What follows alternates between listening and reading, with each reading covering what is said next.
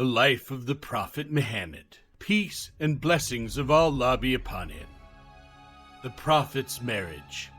By the time Muhammad, peace be upon him, was 25, he was famous for his honesty. He was respected by everyone, even the elders of Mecca. The purity of his nature increased with the years. It seemed he had an inner knowledge that other people did not have. He believed in one God, creator of the world, and he worshipped him with all his heart and with all his soul. Muhammad, peace be upon him, was the finest of his people, the most kind, truthful, and reliable person in Mecca. He was known among Quraysh as the trustworthy Al-Amin because of the good qualities Allah had given him. He spent many quiet hours in a cave in Mount Hira, not far from Mecca, thinking about Allah. Among Quraysh was a respected and wealthy woman named Khadija. She was involved in trade, and on hearing of Muhammad's reputation, sent for him and asked him to take her goods and trade with them in Syria. Muhammad, peace be upon him, agreed and left for Syria with one of Khadija's caravans. With him went her slave, Maysara, and they spent a great deal of time talking together. Maysara soon came to admire Muhammad, peace be upon him. Peace be upon him.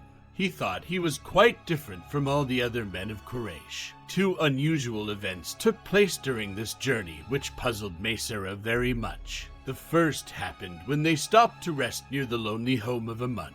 Muhammad, peace be upon him, sat under a tree while Maysara was busy with some work.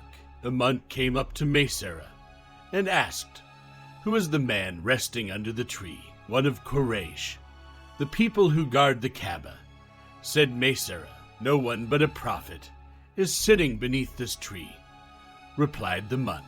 The second event occurred on the journey back to Mecca. It happened at noon, when the sun is at its hottest. Maysara was riding behind Muhammad, peace be upon him, and as the sun grew hotter, he saw two angels appear above Muhammad, peace be upon him, and shield him from the sun's harmful rays. The trading was very successful, and Muhammad, peace be upon him, made more profit for Khadija than she had ever received before.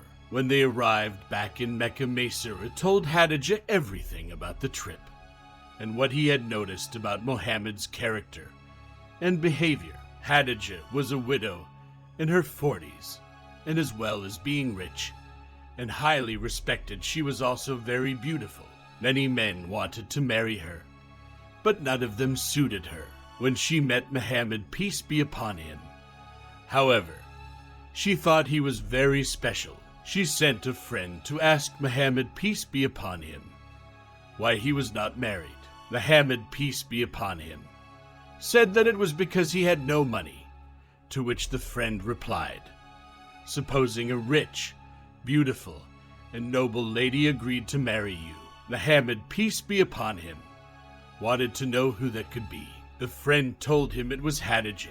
Muhammad, peace be upon him, was very happy because he greatly respected Khadija. He went with his uncles, Abu Talib and Hamza, to Khadija's uncle and asked his permission to marry her. The uncle gave his permission, and soon after, Muhammad, peace be upon him, and Khadija were married. Their marriage was a joyful one, and Muhammad, peace be upon him, and Khadija were well suited. Their life together, however, was not without some sadness. They were blessed with 6 children, 2 sons, and 4 daughters. Sadly, their firstborn, a son called Qasim, died shortly before his 2nd birthday, and their last child, also a son, only lived for a short time. Happily, their 4 daughters, Zainab, Ruqayya, Kulthum, and Fatima, all survived. For a few years, Muhammad, peace be upon him, lived a calm and quiet life as a merchant in Mecca. His wisdom benefited many people. One such time was when Quraysh decided to rebuild the Kaaba.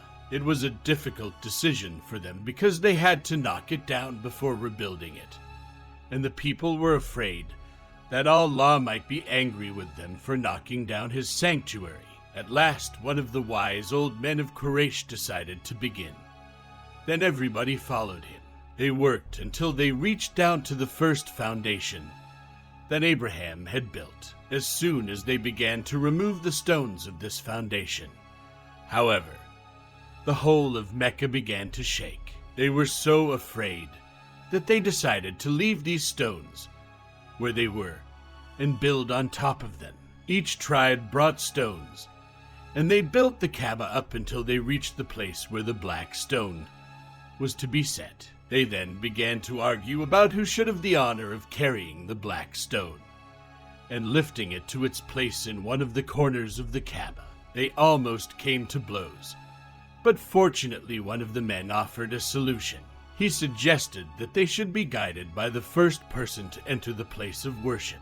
They all agreed, and as Muhammad, peace be upon him, was the first to enter, everyone was pleased, because they all trusted him. They told him the cause of the argument, and he asked them to bring a large cloak. They did as he asked, and after spreading the cloak on the ground, he placed the black stone in the center of it. Then he asked a man from each tribe to hold one edge of the cloak, and together to raise it to the height where the stone should be seen. When this was done, he took the stone off the cloak and put it into place himself. This story shows how all Quraysh respected and trusted Muhammad, peace be upon him, and how, by his wisdom and good sense, he was able to keep the peace.